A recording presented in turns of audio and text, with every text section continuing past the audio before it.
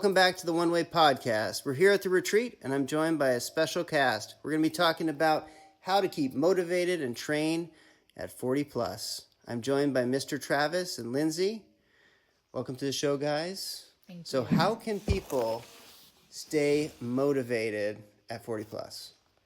Well, my story began with my daughter. Family is very motivating. And when my daughter started doing martial arts, that's when I got started. So, train with your family, train together. The family who trains together.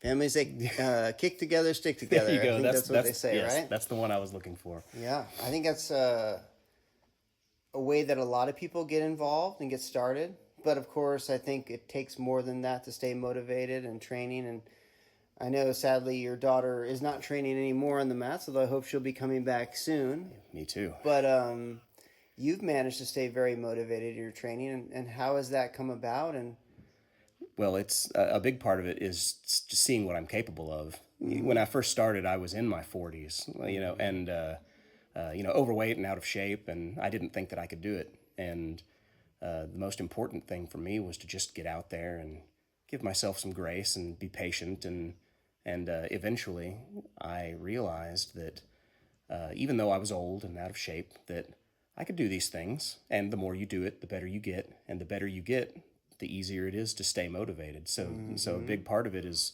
sticking with it and being patient with yourself. You're especially someone like me who started the martial arts when they were already in their 40s. Mm-hmm.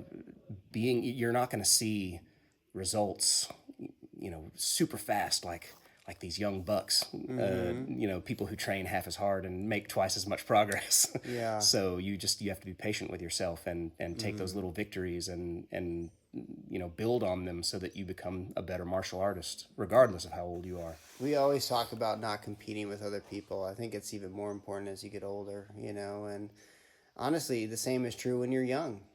Kids who are, 10 years old can't be compared to kids who are 16, 17 years old. And so we're kind of always in flux. And there's a very small window when we're at our prime. The top competitors in Taekwondo are between the ages of 19 and 21.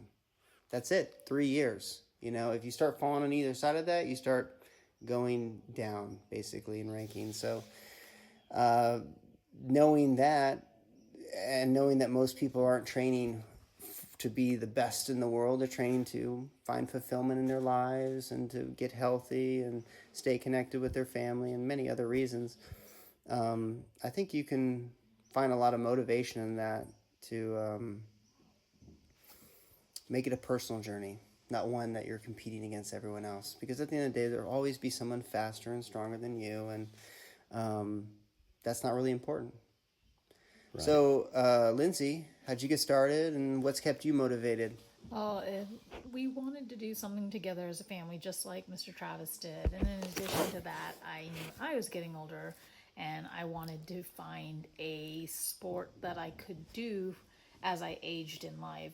So with regards to the family, it was funny because we had met Mr. Trader at one of the fairs, mm-hmm. and he had invited us to come for one of the free classes, and we had signed up, but the timing didn't work out. And then we happened to meet you, Master Rolls, at Lauren's birthday party. And at that time you had mentioned the Dojang, and we put two and two together and thought, oh wait, is this the same place that we had initially been interested in? And then the girls attended a focus camp, and with the focus camp, they were so excited. They were so fired up about martial arts. They insisted they wanted their white belts, because I think at the end of the week they would receive their white belts as a reward. And so I asked Matt, okay, what do you think about this? He said, yeah, if the girls want to do this, go ahead. So we signed up after the girls received their white belts. And the timing wasn't working out for me or for Matt. But then finally, I think Matt attended one of the Black Friday sales. Mm-hmm. And at that time, I received a phone call. And he said, so what size do you wear? And I asked, why? And he was like, oh, this will be your Christmas present. And then sure enough, he'd enrolled us. I was 43 at the time, and I thought, oh, can I do this? Because I'm not as flexible as these kids are. Is this something where I will find adults with similar abilities to my abilities? Well, Yes. what is the environment of the dojang? Is it family friendly? Because not all of dojangs are family friendly. Would it meet all of the requirements and all tick all of the boxes for our family? And it did. And Yeah. so when we came in, everyone was welcoming. Mr. Travis was there, completely encouraging of everything we did, and he's been supportive of us in our entire process. And as you mentioned before, it's not a competition, but I can tell you, okay, well, I thought, okay, can I keep up with these kids when we're sprinting? Can I keep up with these kids when it comes to ducking from punches, being able to block quickly, being able to move quickly? And then I realized, okay, well, at our age, we have to give ourselves grace. And so that's how I see it. Okay, we give ourselves grace, and it's a little accomplishment each day. And sometimes you feel like you have imposter syndrome as you age, because Always. we are coming in at a much later age. We may not display the same skill as a younger person who's a red belt or who's a black belt doing the same thing. And then we think, well, do I really deserve this, right? But then we think about, okay, this is all the work we put into this, and we are coming from a completely different background, different abilities, and we're still showing that we can do it. And this is a sport that I think you can grow into, and that's one of the keys of Oneway, that, okay, you may not be a competitor, you may not be the age of a typical Taekwondo competitor or martial arts competitor, but you can still find other paths to take. I have news for you. I think everyone has imposter syndrome. Doesn't matter what age you are, even those young guys who look so flashy and are so, so much power and speed, they feel in their heart of hearts that they're, sometimes an imposter. And so I think that's a healthy place to be. It shows that you're humble and that you have more to learn. And yeah, if you don't have imposter syndrome, there's probably something a little bit wrong with you. You might be a little too arrogant, Yeah. I think that might be an advantage of training, past 40, is that, for me at least, I see all of these young people doing all these amazing things, and I think to myself, well, I might not be able to do that, but what I can do is I'm going to do what I can do and try and be proud of that. Yes. And I think it's easier to have that perspective when you're a little older. A lot of the kids that I see doing martial arts, they'll think to themselves, well, if I'm not the best at this, then I have to try. I have to try to be the best at everything, the best forms, the best striking, the best rolling. And when you get older, it's like you said earlier, you're not competing with them, you're competing with yourself. You're trying to improve your own abilities without so much comparing them to people who are younger or more experienced. And I think that becomes easier as you get older, and more necessary. Well, my mom once told me, she's like, man, if I went back to college, and this was when I was like in my early like teens and stuff. She's like, if I went back to college, I'd ace it, because when I was in college, when I was younger, I didn't take it very seriously and I had a lot on my mind. But now, I see, I understand how to live life properly, and I understand how to be organized and have responsibility and all these kind of things. And I feel like, yeah, maybe you're not as fast and as strong as some of those younger guys, but you have some wisdom up there, that is going to help you achieve success on the mats. And maybe while the younger guy is using all of his speed and agility and muscle to overpower you, you're actually looking at the technique in a more technical level, and that's having a greater effect in the long run. So I think, like you said, maybe, being older can also be sort of an advantage.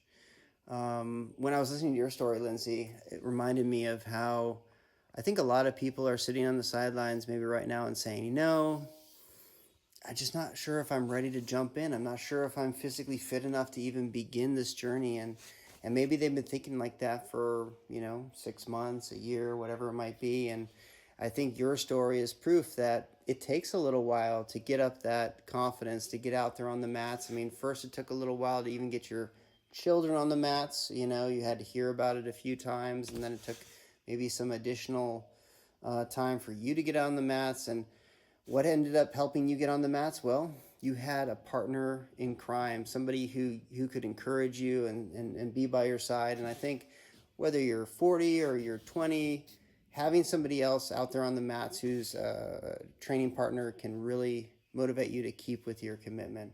You see that with any kind of exercise routine, like, you know, find a gym buddy who you can go to the gym with and keep you accountable.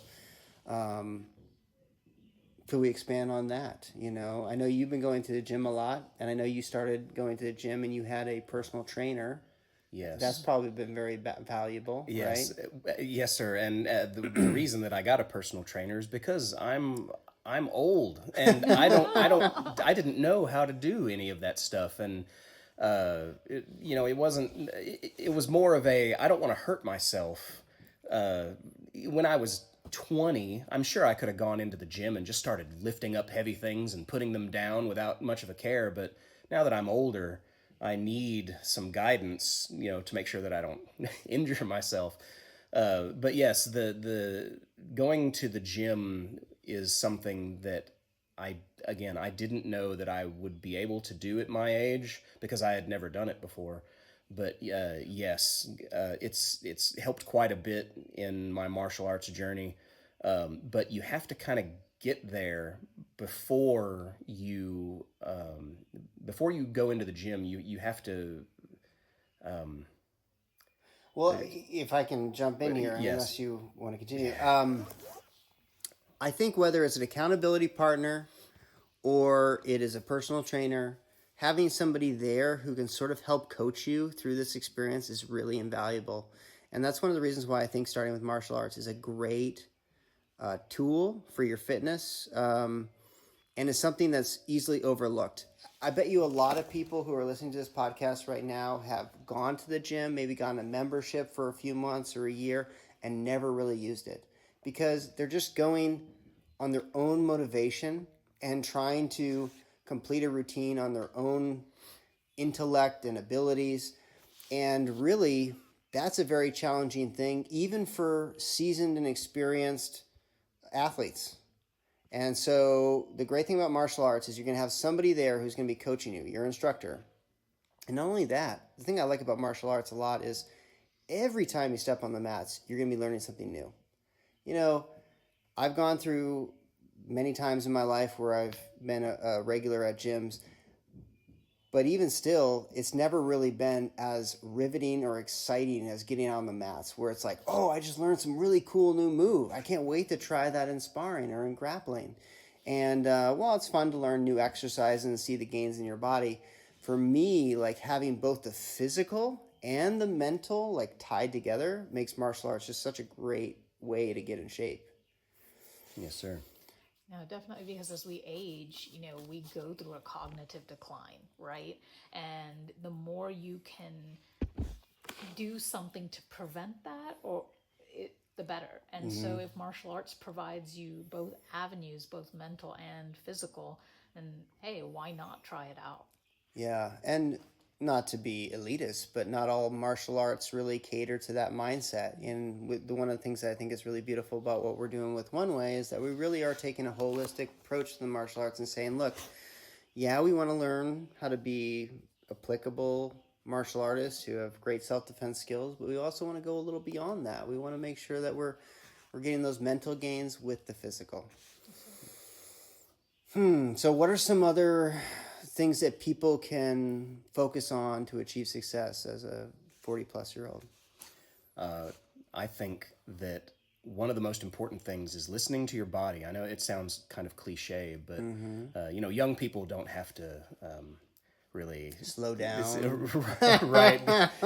Yeah, they Take a rest day. Exactly. It's as you age, you certainly get to the point where you know you yes, I mean, I'm sure some people can train every day. I certainly can't. When I train many days in a row, you know, my body starts to rebel. And so... As you're speaking, I'm getting a calf cramp. Yeah. Telling you, man, getting old is for the birds. So yes, I think that listening to your body is really important because if you push yourself too hard, it's so much more difficult to recover at my age than it was to recover from something like a strain or like a sprain 20 years ago. You could, some of these young kids can just like get hit by a car and just jump right back up and keep playing. But me, I mean, dude, I take a step the wrong way and I hurt my back. And so, so you really have to listen to what your body is telling you. If you're starting to slow down, if you're starting to hurt, you've got to stop and think about, taking a rest day. I like not this a idea. race. I want to push it a little bit further because I think you're right. We really got to listen to our body. We got to slow down sometimes. We can't be competitive with those younger people. But at the same time, it's also a slippery slope. And we know a lot of people that are not getting on the mats because they say, well, I'm just done. I'm cooked, as the young generation would say. My knees don't work anymore. I got all Right. these issues. And so I'm just done. They're just going to sell themselves short. But we don't want them to do that because we know they have so much potential. So where's the line between saying, okay, I have limitations and I'm going to go slow, but I'm also not going to baby myself, and I'm going to know deep down inside that I'm capable of great things. I think you have to overcome the idea or just push away the idea that I'm going to quit, right? Because you can use anything as a crutch. You can use I think I'm going to get injured, so I'm not going to come to class today.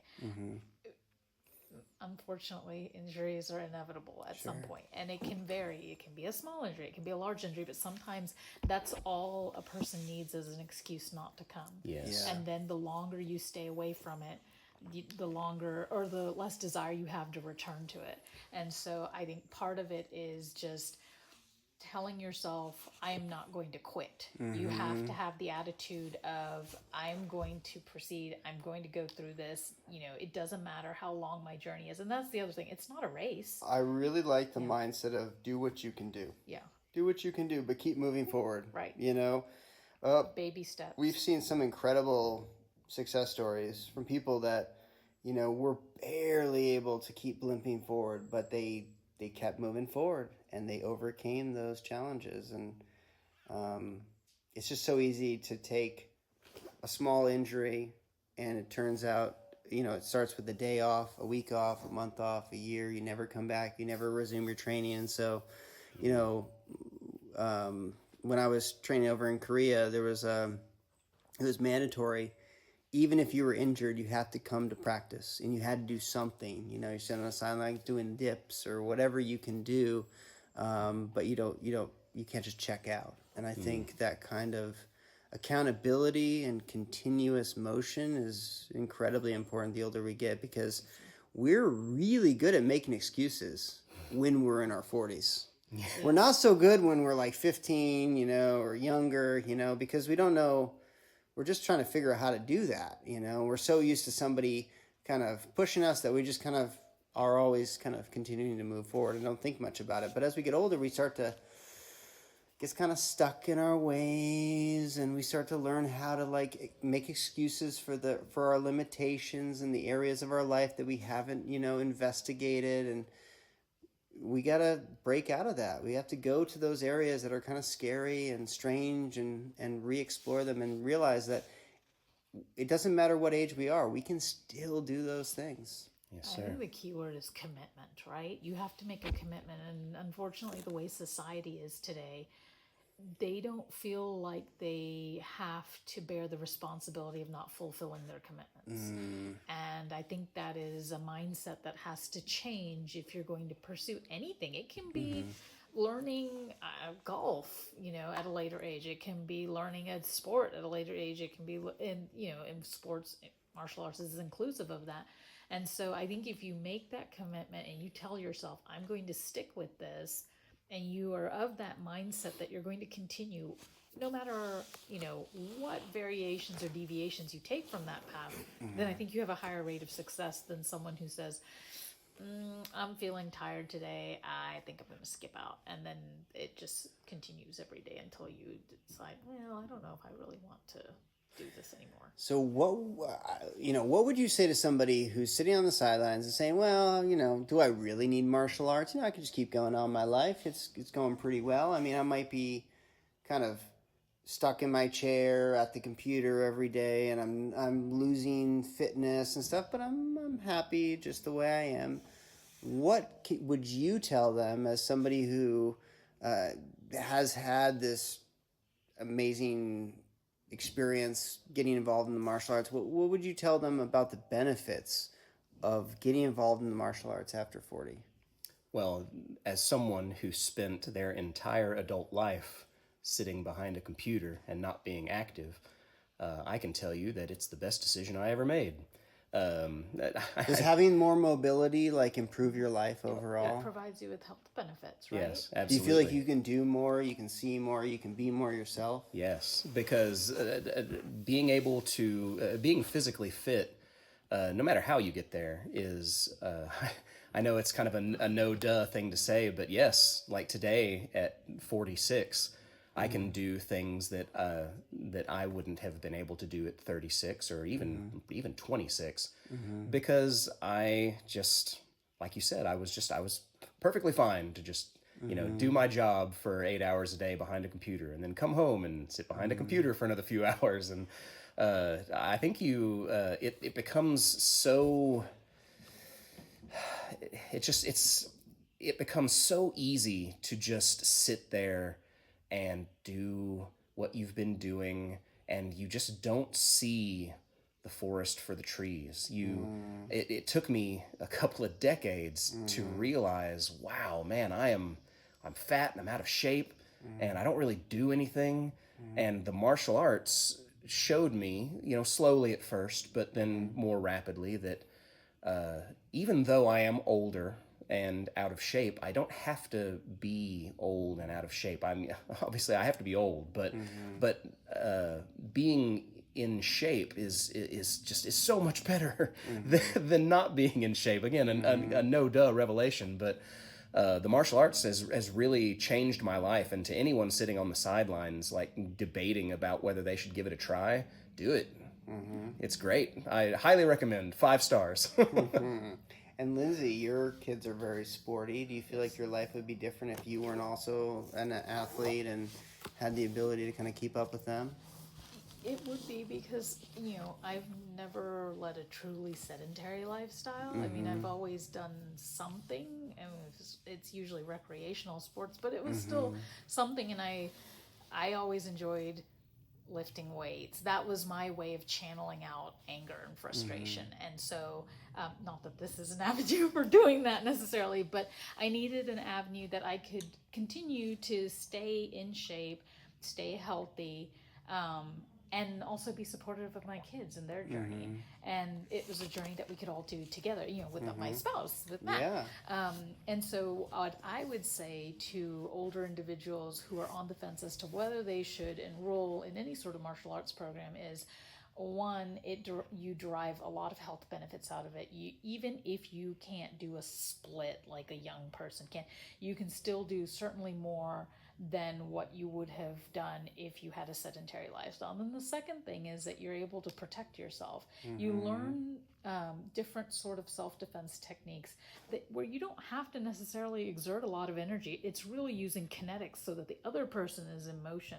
But as you age, you do have to protect yourself. You do become prey, and so I would say that those are the two main benefits to me. And then also just camaraderie with people of your age. It's so hard making friends when you get older. I mean, when you're young, you have different avenues of meeting people, but then as you age, you have smaller and smaller friend groups, right? You have friends from maybe high school, maybe college, maybe a couple of neighbors or something, but then outside of that, what do you have in terms of your social circle?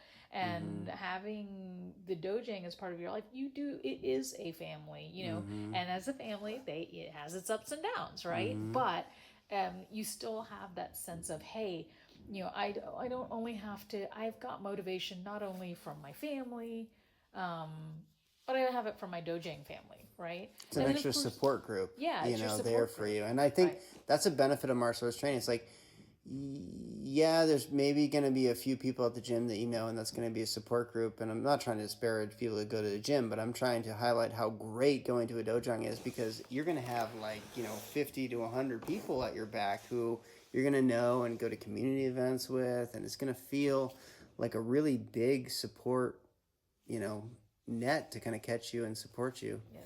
And more specifically, people your age, Yes.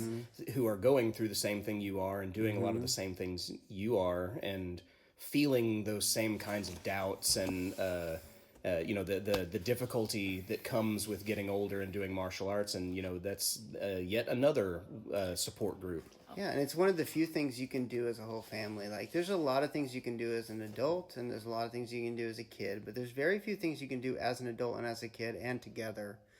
And I think, that's one of the reasons why at Rising Phoenix Martial Arts we put such a high focus on family martial arts, because I think it's a special niche that needs to be preserved. And it's a special thing that you can do with your kids that will change your life forever and bond you to them.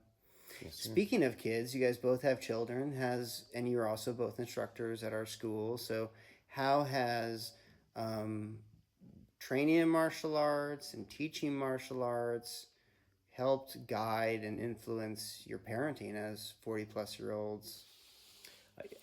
Definitely has improved my patience. Yes, I would say that. Yes, one of the things I catch myself doing is when I'm in class with the kids is, obviously you want to be patient and think about why they're doing what they're doing, and it definitely carries over into my home life, because my daughter's 13 and she's the smartest person in the room, and I find myself thinking, okay, well, if this were one of my students at the dojang, how would I approach this situation? So it definitely calms you down, because you have to deal with the kids at the dojang all the time, and it teaches you how to be patient and how to look at things from a different perspective. Yeah. It's definitely helped me. Yeah, and probably hitting those bags gets some of the frustration out, of being a parent sometimes. Indeed. Yeah. What about you, Lindsay? It's learning what children respond to, and not verbal cues, nonverbal cues, and seeing what works and what doesn't work, and then seeing, okay, well, does this work with my kids? Does this not work with it? It's almost like you're testing, you're experimenting on both sides, right? Because you think, okay, well, what I'm implementing at home, would that work at the dojang? If not, then what else would work? Okay, what works at the dojang? Would that work at home? If not, why not? So I think there's a lot of that where you're applying back and forth. One of the things that I think is so special about martial arts training, and granted, not all programs cater to this, but our program does, and it is quite common in the industry, is that all different ages can train sort of together, and that's a rare thing, especially in our modern society, where it's like, you're at this age group, boom, you're in this group. You're at this age group, boom, you're in this group. Where way back in the day, when you're 11, 12 years old, you have to go out into the field with your dad and the other men, and you have to learn how to be a man from that mentorship. And I think that mentorship still lives on the mats for men and women, and it's a really powerful thing, and it's great not only for the kids, but it's also really good for the parents, because sometimes you get so detached from what it is to be a kid that they're like these alien creatures and you can barely even stand them, and it's really important to be comfortable with those kids, because we are all children at some level, and understanding how they function, you understand about yourself and you understand about other adults. A lot of the strategies that we use with the kids really are just more basic strategies that we use with adults as well. Yes, sir. Yeah. So any final thoughts? I think we're running low on time, so we're going to have to wrap up this podcast, but it's been great to kind of dissect, ways that we can stay motivated and the benefits of training after 40. Are there any final thoughts you'd like to leave our listeners with? The hardest part of starting martial arts when you're an older practitioner is to just get started doing it. That's the first and probably the biggest hurdle you'll have to jump, is just getting started. So if you're thinking about it, but you haven't taken the plunge, do it. Journey of 1,000 miles begins with a single step. Is that what the Confucius saying is? Yes, sir. That would be my final thought, is to just do it. Just do it, Nike. Yes, sir. Yes, sir. Lindsay? This is difficult. I mean, I think it would follow up with what Mr. Travis is saying. Well, you just do it, but then in addition to that, commit. Make a true commitment to it, because it will benefit you mentally, physically, spiritually, on all aspects. And so it is worth taking the plunge. I would add, do it for 3 weeks. 2 times a week for 3 weeks and you'll be hooked. The problem is people do one day, their body aches, and they say, I'm going to take next week off, and then they never come back. So, like you said, make a commitment. 3 weeks and you're hooked, for sure. But very few people can make it 3 weeks, because they are excited on day one. After day one, their body's sore, and then they think they can take a little day off. And like we talked about throughout this whole podcast, one day turns into a week, turns into a month, turns into never. Yes, sir. Yes, sir. Or in my case, on your very first day, you can sprint for the first time in 20 years while you're warming up and hit the ground so hard that you roll into the lobby. And you roll And then back all your inhibition is You roll back gone. in. You have nothing else to be embarrassed about. And then from then on, you can push forward. Yes. And that's what we all need to remember. Stop thinking so much about how we look and are we going to be able to keep up with those young 20-year-olds. Who cares? This is your personal journey, and let's get started today. Yes, sir. Yes, sir. If you enjoyed that podcast, please consider liking and subscribing to our YouTube channel, as well as hitting the notification bell.